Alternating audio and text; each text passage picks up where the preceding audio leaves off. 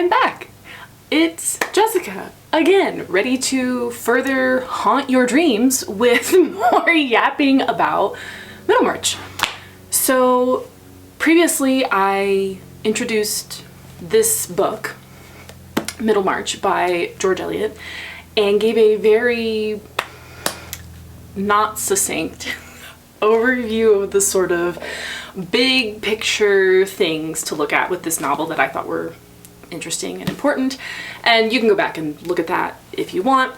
If you haven't yet, 50 minutes of pure delight. So today I want to actually, for the first time, talk about the actual characters and subsequently a little bit of the plot of the book. I know, who would have thought? Prepare your heart. Finally, we're here to talk about the people who populate this novel. So, as per usual, I had to really stew over how to structure this because, surprising to absolutely no one, there are a lot of characters in this very chunky book. Middlemarch is a small town in the middle of England in 1829, populated by a lot of people that the reader does get to meet, whether extensively or just in passing.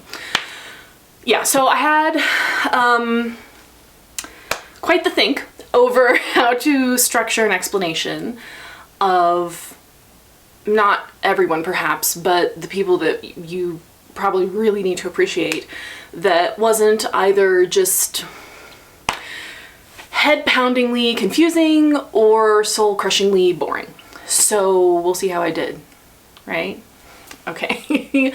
So I finally decided that I thought the best way to organize the characters I wanted to talk about was to create what I started thinking of in my head as character groupings. It felt like there were distinct groups of characters that sort of easily fit together. So that's what I'm gonna do. Alright, so our first group of characters is going to revolve around, as the majority of them do, a romantic couple, which is Dorothea Brooke and Edward Casaubon. And Dorothea Brooke is the character for whom the first section of the novel is titled. This novel is actually split up into 8 sections. They're called books, book 1, book 2, book 3, you get it.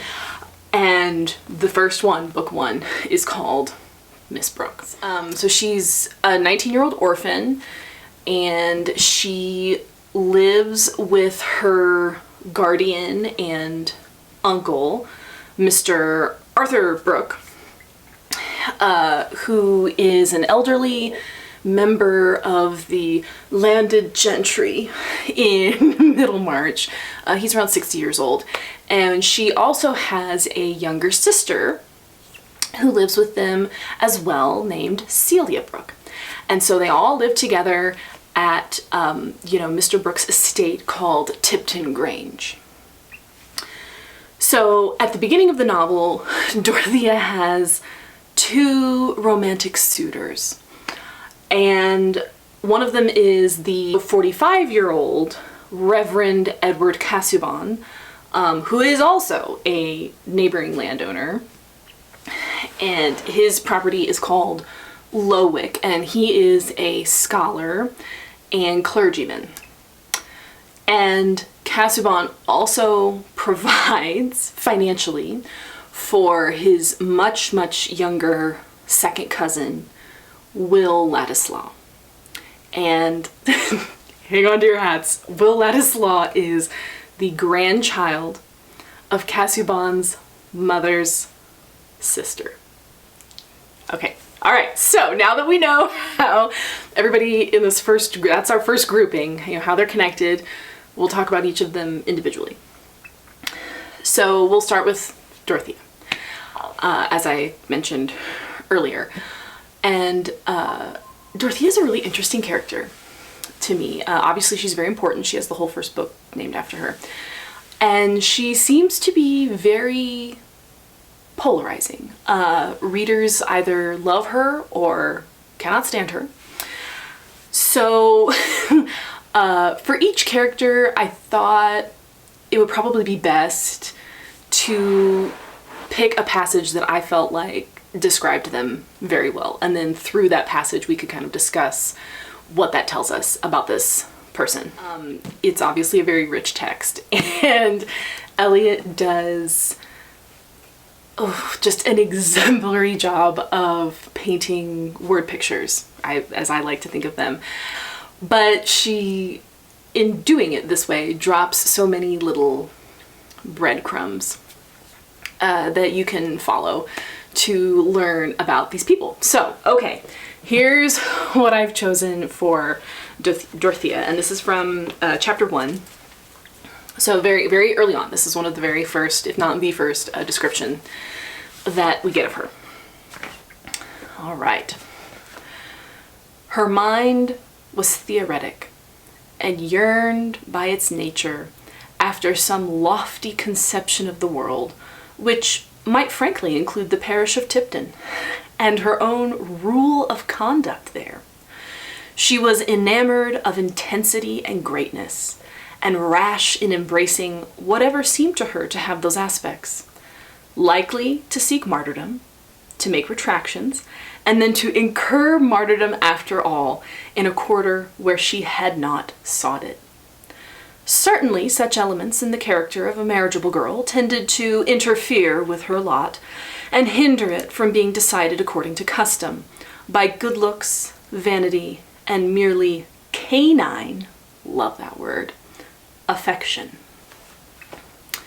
All right, it's so great. So what kind of a person is this, right? With each character, I think there are very important keywords that you can kind of pick out, or even maybe infer. So with that very first, I don't know if clause is quite the right word, but that first section, you know, as you get to that first semicolon, basically, you immediately get some really good keywords for Dorothea. Theoretic, yearning, and lofty, right?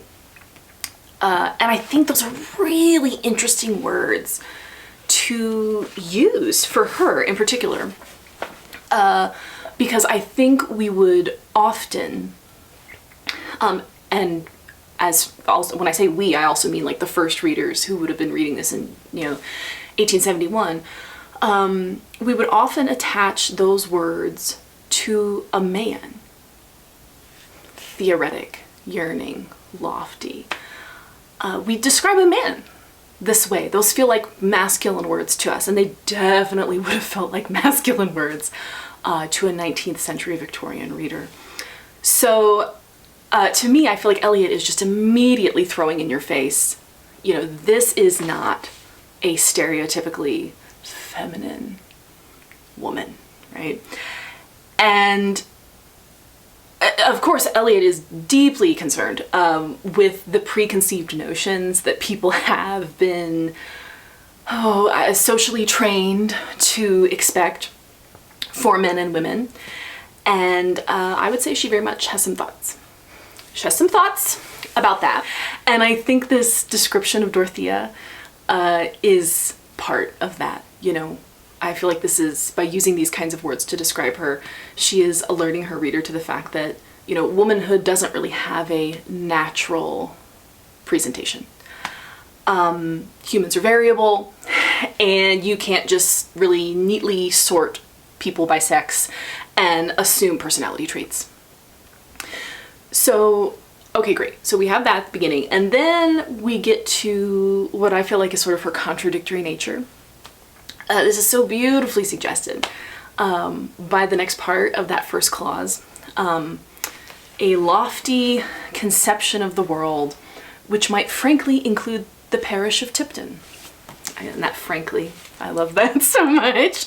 I think this both illustrates her inability to frame things well, like the fact that she has, it's kind of a paradox of these lofty conceptions of the world that include Tipton Grange, which is, not a lofty idea of the entire world, right? It's her one little spot in it. Yeah, I think, so obviously she does not do a good job of framing things well, or maybe making realistic assumptions about these ideas that she has. And I think this is also a subtle dig by Eliot about how upper class women in this period are being socialized. Which is, again, very paradoxically, lofty ideas about what it means to be a woman. Lofty, very specific, very pigeonholed, by the way. But also, don't leave home.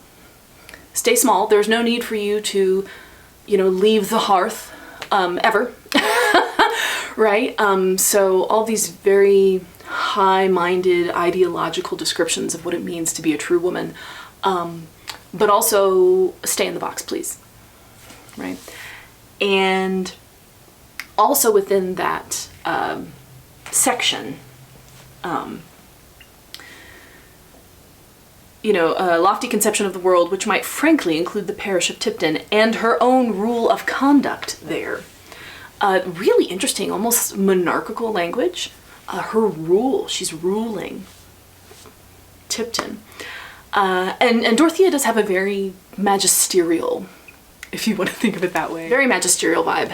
And as I think we more fully understand and learn as we see particularly her interactions with her sister, who's next on the list, don't you worry. And yeah, so, okay. Enamored of intensity and rash in embracing whatever seemed to have it. Ooh boy, so loaded. So of course, this is a bit of foreshadowing for what's to come, plot-wise. This kind of speaks to her naivete. This is a 19-year-old, right? She hasn't seen enough of anything to make really, really good informed decisions. And I mean, she may have good instincts. I think it's implied that she does.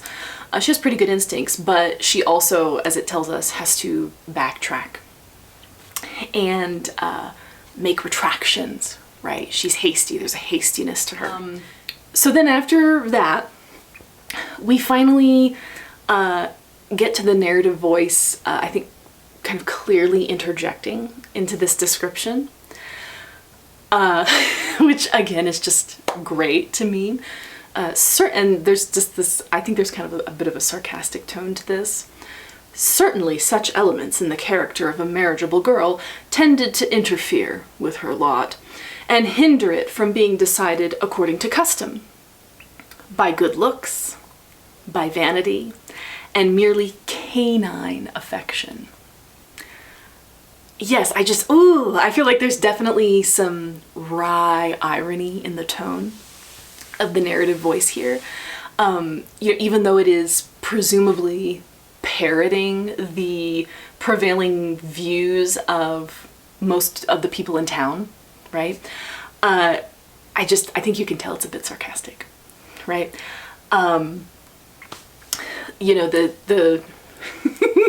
narrative voice is looking at this and saying, isn't this nice that this is how marriage usually gets decided? Huzzah, right? Like that kind of an energy. And incidentally, just my own little tidbit that I was thinking of, that description of, the good looks, vanity, merely canine affection, such an interesting adjective, canine, animalistic affection, just very perfectly describes and is maybe foreshadowing another of the main female characters that we will get to in a bit. So then we have Dorothea's little sister, Celia. So very interestingly to me, a lot of Celia's characterization at the beginning of the book is done through comparison to her sister, Dorothea. which I think is probably intentional and meant to illustrate both their relationship and how they play off of each other, right? And I actually chose two smaller quotations to describe Celia. They're very close together. And they're both from chapter 1. So, the first one says, Celia mildly acquiesced in all her sister's sentiments, only infusing them with that common sense which is able to accept momentous doctrines without any eccentric agitation. And then the second one is on page 9, just the very next following page. And it says, the rural opinion about the new young ladies, even among the cottagers, was generally in favor of Celia, as being so amiable and innocent looking, while Miss Brooks, Dorothea's, large eyes seemed, like her religion, too unusual and striking. Poor Dorothea. Compared with her, the innocent-looking Celia was knowing and worldly wise. So Celia is the opposite of Dorothea in many ways.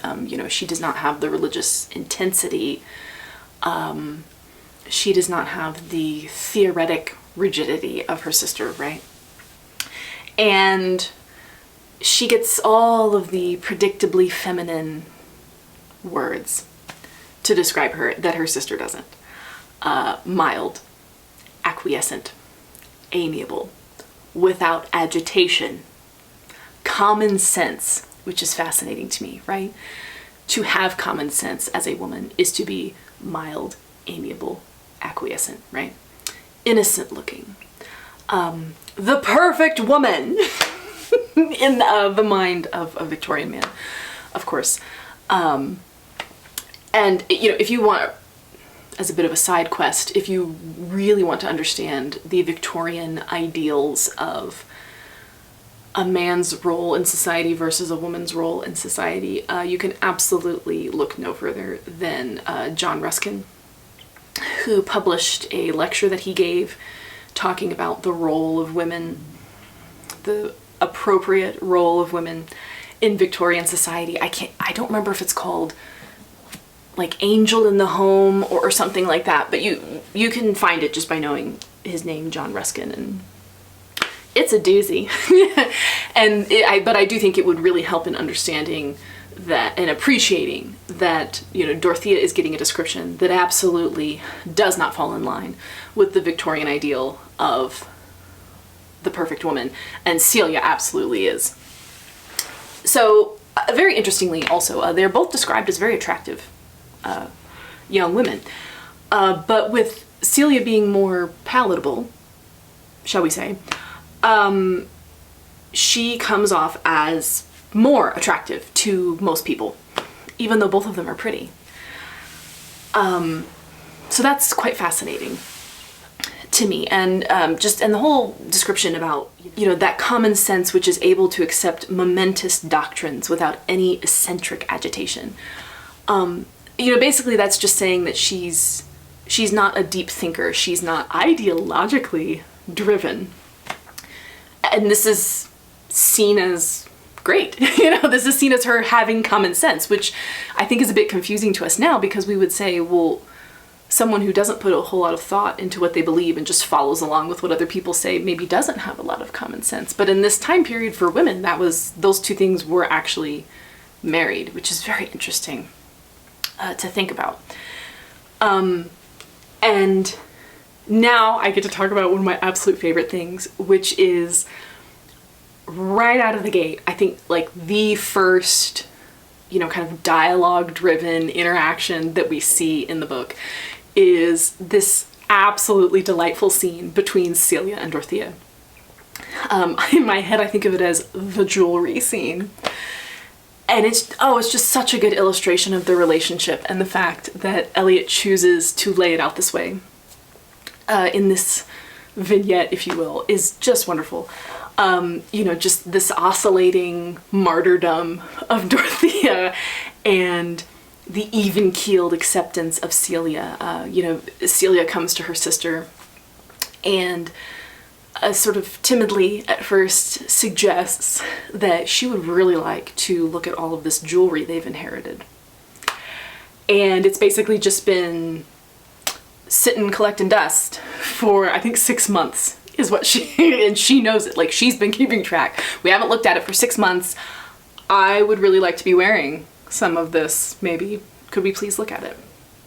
And, Dorothea, who has this very austere, almost puritanical rejection of anything ornamental. Her dress is described as incredibly plain. She doesn't care. To her, jewelry is problematically ostentatious, and so of course she has no care for it at all. But then as soon as her sister brings it up, she has this very condescending sort of like, oh, of course, I'm so sorry. If you want to look at it, yeah, let's look at it. Like, I'm not going to be wearing any of it, but it would be fine for you two. We're sort of on different playing fields with that morally. Not that she says it that way, but that's kind of the implication. Right? Like, I could never, but you can look at it. So they get it out and they look at the jewelry, and of course, upon seeing it, because it's pretty. We like sparkly things. Dorothea does actually see a few things that catch her eye, and so suddenly we're kind of being tempted from this religiously driven self-abnegation from the jewelry, and it's just delightful, the whole conversation that they have, and Celia kind of talks her into accepting a few things, and I think it would be fine for you to wear these, and Dorothea decides, yes, that would be fine, and then, rightly, her sister kind of, in a good-natured way, I was like, yeah, once you saw them, you wanted some, didn't you? And then, of course, Dorothea gets a bit miffed, and it is just perfect. And it actually reminds me so much of a discussion that the absolutely incomparable John Mullen, who is a scholar of, not exclusively, but among many other things, Jane Austen. And he is absolutely delightful to listen to. Anytime you have an opportunity to listen to one of his lectures or whatever, like do it. And he really likes to talk about the opening chapter of Pride and Prejudice, where you're introduced to Mr. and Mrs. Bennet. And one of the things he says is that by the end of that chapter, after having seen that interaction between those two people, you've got it. You understand them. You understand their relationship. You understand each of them as a person, how they move in the world. You've got it. And this reminds me so much of that, right? It's the first thing that we get. And at the end of this, dialogue between these two women with this jewelry, you've got it. You know who they are, what they value, how they talk to each other, their strengths, maybe their weaknesses. It's great. So, I think that's so wonderful. And they have these really hilarious nicknames for each other. They call each other Dodo and Kitty, which is, I just really like that. So then, moving on at a snail's pace, we have their uncle, Mr. Arthur Brooke, who I personally have quite the soft spot for, I have to be honest. And I feel gets one of the most brilliant, hilarious opening descriptions of anyone else in the book. I absolutely love his initial description. And I've taken my, two favorite bits of it. So this is, once again, chapter 1. So, it says, "It was hardly a year since they had come to live at Tipton Grange with their uncle, a man of nearly 60, of acquiescent temper, miscellaneous opinions, and uncertain vote. He had travelled in his younger years, and was held in this part of the county to have contracted a too rambling habit of mind. Mr. Brooke's conclusions were as difficult to predict as the weather. It was only safe to say that he would act with benevolent intentions, and that he would spend as little money as possible in carrying them out. So that's the first one. Oh, I just love it so much. So then the next one says, in Mr. Brooke, the hereditary strain of Puritan energy was clearly in abeyance, but in his niece Dorothea it glowed alike through faults and virtues, turning sometimes into impatience of her uncle's talk or his way of, quote, letting things be on his estate. We also get another nice little look at Dorothea in that passage, by the way. But, okay, so for the first one that I read, I absolutely love those first three adjectives that are used. They tell you everything you need to know about Mr. Brooke. Acquiescent, miscellaneous, and uncertain. This is a man who settles to nothing. He bounces around in his opinions and his interests and his politics and where he puts his money. And this is perhaps, a bit of a hot take, but this man reads so strongly to me as a person with ADHD. Like, this feels like the most 19th century description of ADHD I've ever read. He's so well-intentioned, but without any long-term attention. Understanding, and I'm not saying it flippantly, but he really does feel like a person with ADHD to me. He even has this fabulous little linguistic, I don't know, linguistics not the right, in how he talks, a speech tick. He tends to repeat the ends of his sentences, like the last few words that he says them twice. And it's written out that way in his dialogue. Just absolutely gorgeous. And he's such a relatable character. We all know someone like this, right? I mean, I'm pretty sure we've all encountered somebody who, a well-intentioned person, a lovely person, a nice person, but also you don't really know what they stand for necessarily, and they jump from thing to thing and have a short attention span. We all know somebody like that. And I think this is a really good time to talk about the town itself kind of as a character that is presented almost like a character in this book. Just sort of the overarching opinions of the town, if you will. We heard about it with the passage from Dorothea, we hear about it here. Was held in this part of the county to have contracted a too rambling habit of mind, right? That's the opinion of the town. We are pretty consistently always getting these little interjections from the narrative voice that are, the overarching opinion of the town, but you also get the impression that the narrative voice perhaps doesn't agree with that necessarily and is presenting it to you in sort of this ironic kind of way. To me, the town almost reads as its own character. I kept thinking of it like the town as the Greek chorus of the play, which is, a whole thing you can look up to have a little bit of a better understanding of that. But the town opinion does really feel like the Greek chorus to me at different points throughout this book, which is so interesting and fun. And so then next, Reverend Edward Casaubon.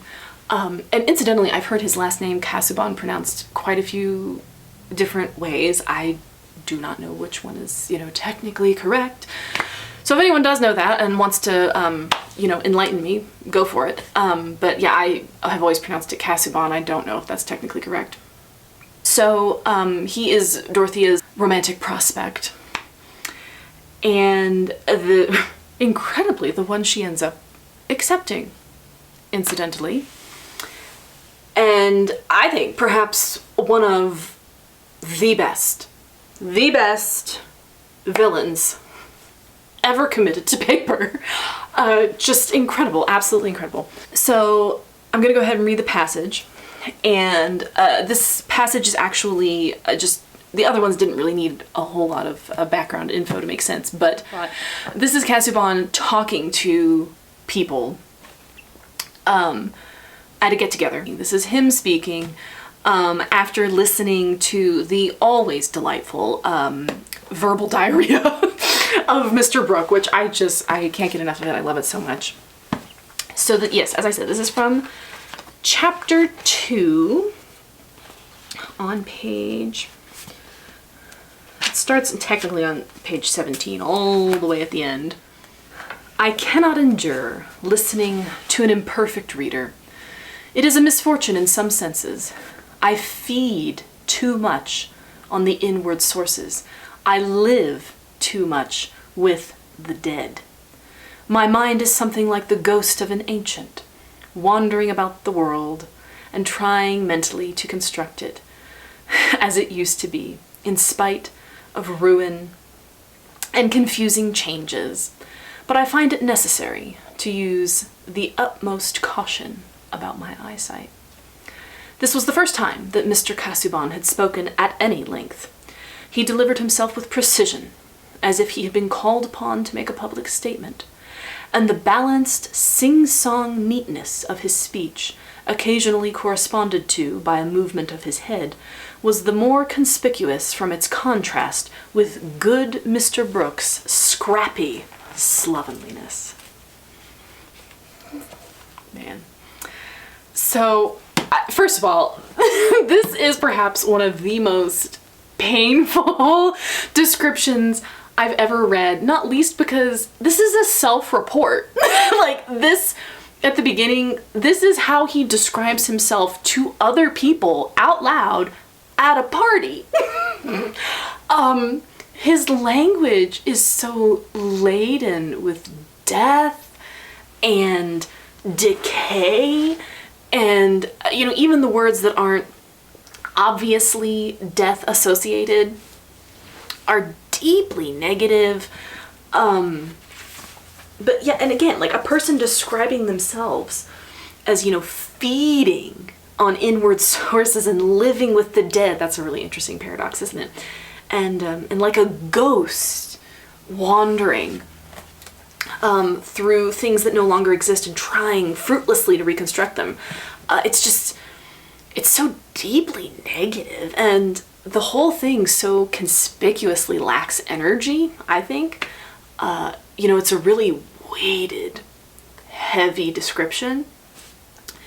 You know, just a corpse infused with life who's complaining about failing eyesight. It's just, whew, you know, and I know I keep saying it, but like, this is how he describes himself. And then when we do get past his own kind of self-report, if you will, and get to the, you know, the narrative voice in the second part, it just really fascinatingly, to me, brings forth this idea of puppetry and performance. So now we're describing action, but even in his activity, you know, he's very premeditated and planned. You know, he delivers himself with precision, as if he had been called upon to make a public statement. Balanced neatness of his speech, conspicuous, right? So it does not feel impetuous or unplanned at all, right? It all feels so premeditated. And I think there's a suggestion in this language of disingenuousness, to me, falsity. He's putting on an act that he's learned by heart, that he practiced before he got to the party, right? So this mental picture, I think, that you start getting from this description is of a kind of marionette that's really lacking in actual life. Like, this man has no personal energy. It's just sort of a dead thing being manipulated by something else. Yeah, just, one of the weightiest, you know, just saddest piles of dust to ever be sculpted into a human character. Oh my God. And that this is the man Dorothea chooses to marry, right? we'll get into that with the whole plot situation probably in a different video. So then, right after Casaubon, we have Will Ladislaw, who is, as I said, Reverend Casaubon's second cousin, a much younger second cousin who he provides financially for. You know, Casaubon's mid-40s, and Will Ladislaw is, young 20-something guy. And he actually doesn't, come out onto the stage until a little bit further into the book. So this is from chapter 9. It says, "The cousin," that's Ladislaw, "was so close now that, when he lifted his hat, Dorothea could see a pair of gray eyes, rather near together, a delicate, irregular nose with a little ripple in it, and hair falling backward. But there was a mouth and chin of a more prominent, threatening aspect than belonged to the type of the grandmother's miniature. Young Ladislaw did not feel it necessary to smile, as if he were charmed with this introduction to his future second cousin and her relatives, but wore rather a pouting air of discontent. 'You are an artist, I see,' said Mr. Brooke, taking up the sketchbook and turning it over in his unceremonious fashion. 'No, I only sketch a little. There's nothing fit to be seen there,' said young Ladislaw, coloring, perhaps with temper rather than modesty." I like that. I say that after every single thing I read. I'm like, oh, I love it. It's whatever. It's true. So this is a really interesting introduction to me because with Ladislaw in particular, compared to all the other people we've met thus far, we get a lot more physical specificity than we do with the other characters.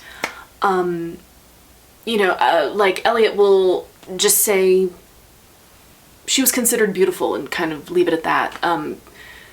With Mr. Brooke, you get told his age, but you don't really get told what he looks like so much. And there might be little things here and there to sort of fill in a physical description as you go throughout the book. But here with Will, kind of uncharacteristically, I would say, we get a very detailed description of his physical appearance with a lot less explanation of his personality. It's just kind of a lot of subtle suggestion in this passage. And it's really an inversion of what Eliot has been doing with the other characters. So that's just interesting to me. And along with that, in this physical description, we have a lot of movement language, a lot of activity, which is so different from Casaubon, right? It was just sort of like dead, death, decay, ghost, right? Like that kind of thing. And this is just not like that at all. His nose, just his features alone, his nose ripples, his hair falls, his mouth and chin threaten. Like it's really energetic language to use. And, his facial expression pouts and he immediately colors, blushes. We think of that in a modern sense. We'd use the word blush probably more than colored. With the intensity of his reaction to Mr. Brooks' inquiry, a suggestion of him being an artist.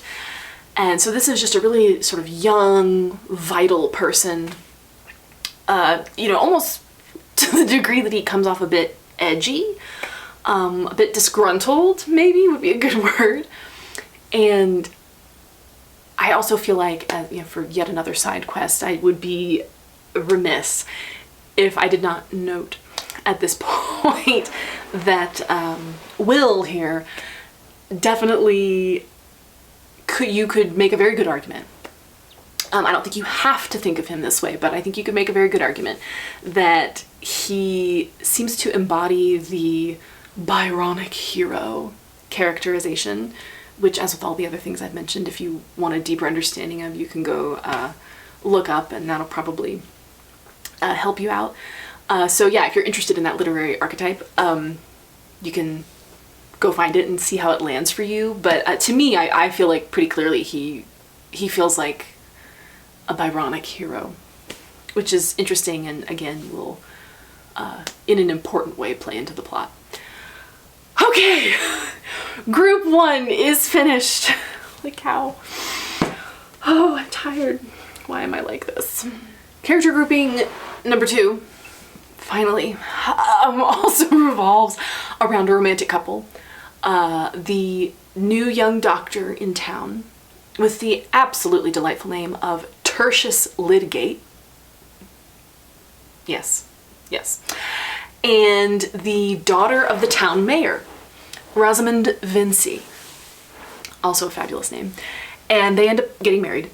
And along with those two, I think you could yoke, or obviously I'm going to yoke, Mr. Camden Fairbrother, who is a local vicar and a bachelor who lives with his mother and his sister and his elderly aunt. So, okay, Dr. Tertius Lydgate. So here's the quotation I picked for him. This is from chapter 11, page 94. It would have been really great if I had marked my pages for myself. That would have been good, but whatever. All right, here we go. Lydgate was young, poor, ambitious. He had his half-century before him instead of behind him, and he had come to Middlemarch bent on doing many things that were not directly fitted to make his fortune or even secure him a good income. To a man under such circumstances, taking a wife is something more than a question of adornment, however highly he may rate this, and Lydgate was disposed to give it the first place among wifely functions. Great. So great. So this is a bit further into the book, and there was another really great description of him earlier on in part 1 that I did really like, but it was a description given through the lens of Sir James Chetham's mother, who is a bit of a hypochondriac, and he goes to visit her, and you know, we see through her eyes a characterization of Lydgate, and it just, I mean, it was funny and it was good, but not quite what I wanted. And, you know, I just wanted something a bit more in keeping with, you know, a first introduction via self-reporting or, you know, and or the narrative voice. Anyway, love this, tells us so much. So perhaps first and foremost, as is made very clear, dude does not have a lot of money. He is poor. And he favors, you know, he's a doctor and he clearly favors medical altruism. You know, he's a man of science. You know, it says he'd come to Middlemarch bent on doing many things that were not directly fitted to make his fortune. So he's not wanting to make money being a doctor. He's wanting to research, learn things, further the profession, if you will. And, you know, I think we can say he's proud. It doesn't directly say he's proud in this description, but I think we can reasonably infer, and as we find out later for sure, like, this is a proud guy. He has a lot of pride. We move from the public perception to his personal interior character. So once again, the narrative voice tells us about marriage for a poor man and why it perhaps cannot be a purely I love her and she's beautiful, let's tie the knot proposition, as much as a man might want that. So if a man during this time period doesn't have 2 pennies to rub together, marriage is going to very much be a financial endeavor, and you would just have to approach it that way. Where are we going to live? How am I going to provide for this person? And even, do I need to marry a woman that comes with a large fortune attached in order to properly secure our financial future? I mean, like, these are the questions, right? Like, not romantic, not sexy, but if you're a poor man, like, those are things that you should probably consider. And, you know, the narrative voice, I think, is telling us that this is something a man must consider, even if, like Lydgate, you know, again, Riley, I think, has an instinctual first preference for vibes, appearance, the right feminine energy. Adornment. That's the word that is used. Adornment. To a man, under such circumstances, taking a wife is something more than a question of adornment, however highly he may rate this. And Lydgate was disposed to give this first place, right? Adornment. And that word, adornment, I think is so important because it's both, I mean, obviously condescending. You know, a woman as this sort of just necessary decoration, and materially descriptive. If something adorns you, it adds to the perception that other people are going to have of you, right? And, you know, I feel like this is a really good place to, you know, go off on another side quest adventure and point out that most of the men in this story have what I like to call, what I thought of as sort of like a benign misogyny. You know, they all have fairly insulting ideas about the services, shall we say, that women are supposed to provide and what women are capable of. And we get quite a few different examples of that, you know, with them having conversations about, you know, oh, you don't need to give women books, they shouldn't be reading that much anyway, or whatever. I think even in some of, you know, the thing we just read of, you know, Lydgate, you know, the adornment, like that's very condescending, it's very, you know, sort of polite misogyny, if you will. And I feel like this is gonna sound so weird, like, but I can't think of a better phrasing. The intensity of their misogyny is weak enough that it's not going to result in physical abuse or, you know, some kind of mistreatment of that kind. You know, unlike another rabbit trail when I'm already on one. So Robert Dempster, in another of Eliot's works called Tales of Clerical Life, you know, is a raging drunk who beats his wife, Janet, right? Like, that's a different kind of sexism, right? Like, that's a very different portrayal. You know, he has a very clear, abusive kind of misogyny. And, you know, these guys aren't like that. Like, their respect, and I think they would say that they are men who respect women. I think they would say that. You know, their respect for women is sort of this benevolent, almost kind of indulgent type, because they only view women as vehicles through which they can better serve themselves and their life experiences.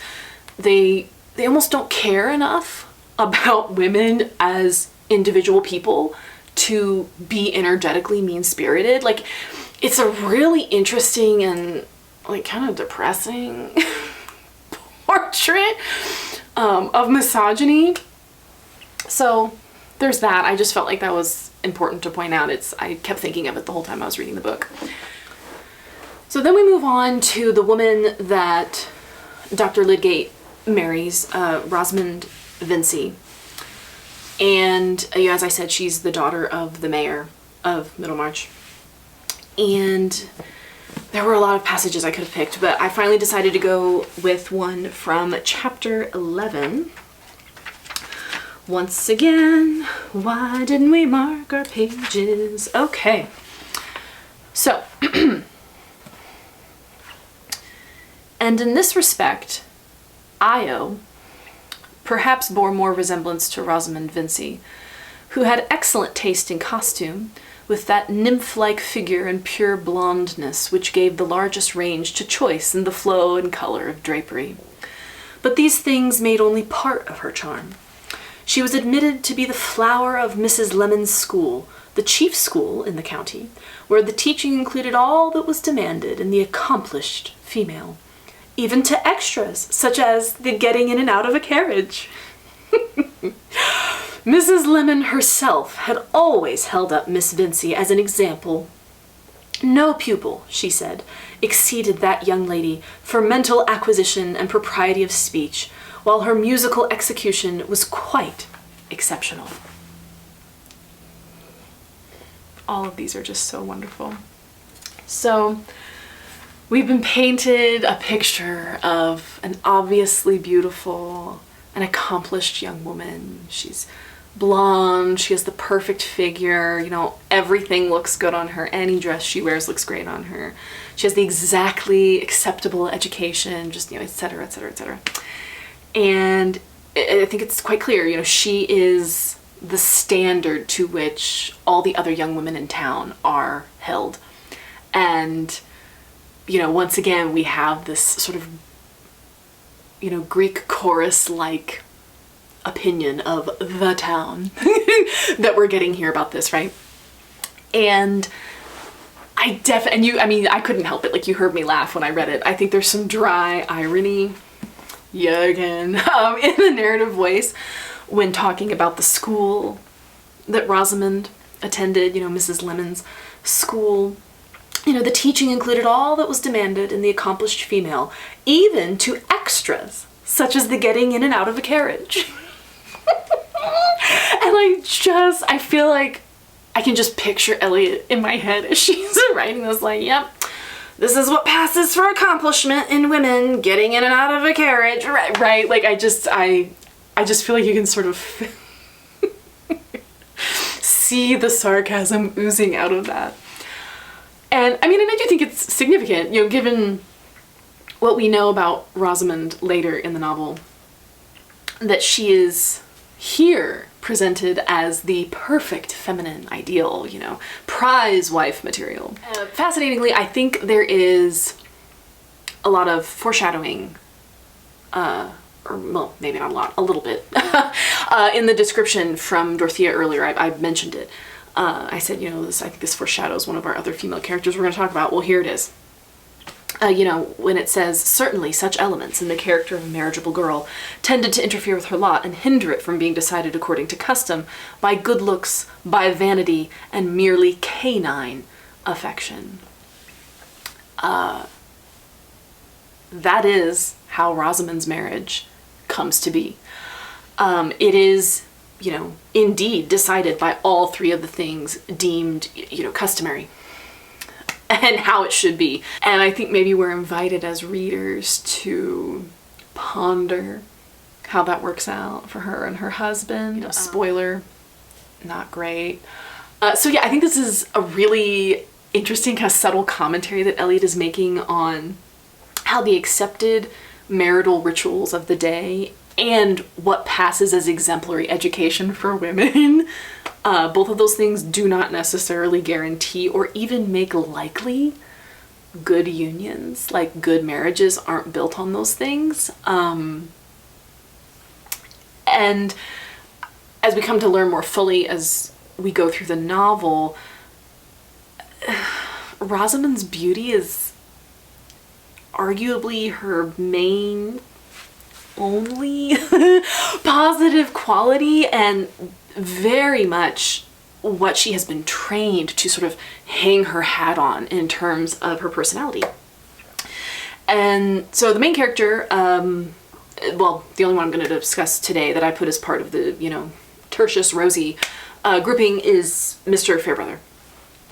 So he is the local bachelor vicar in Middlemarch, and he befriends Dr. Lydgate.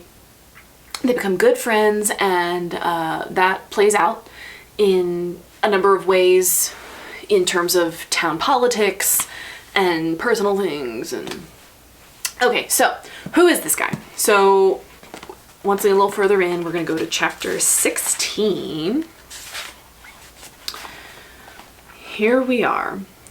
Mr. Fairbrother came in, a handsome, broad-chested, but otherwise small man, about 40, whose black was very threadbare. The brilliancy was all in his quick gray eyes. He came like a pleasant change in the light, arresting little Louisa with fatherly nonsense as she was being led out of the room by Miss Morgan, greeting everybody with some special word, and seeming to condense more talk into 10 minutes than had been held all through the evening. This is such a lovely man, right? Oh, I just love it. This is such a beautiful little vignette of him. entering a party, a get-together. I probably should have said that beforehand.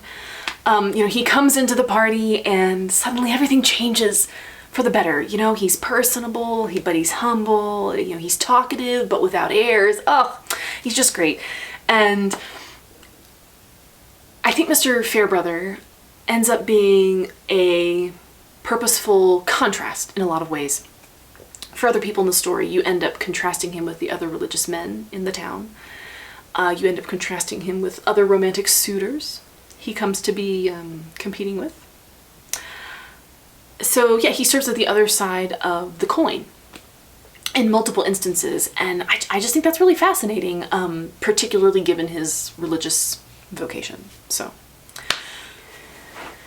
I very much came into this video with the intention that it was going to be one big long video. I was going to talk about all of the characters, and as I'm going along here, I'm realizing that it would probably be better to split it up and have one video talking about the first two groups of characters and then a second video talking about the second two groups of characters. I'm assuming that's probably how the split will go, but yeah, I just yak too much. So we'll stop with we'll stop here with Mr. Fairbrother, as I was not expecting to do, but sort of spontaneously as I've been going along here, I think that might be better. So we'll stop right here with Mr. Fairbrother, and then we will pick back up with the third grouping, who revolve around Fred, Vincy, and Mary Garth. So yes, come back.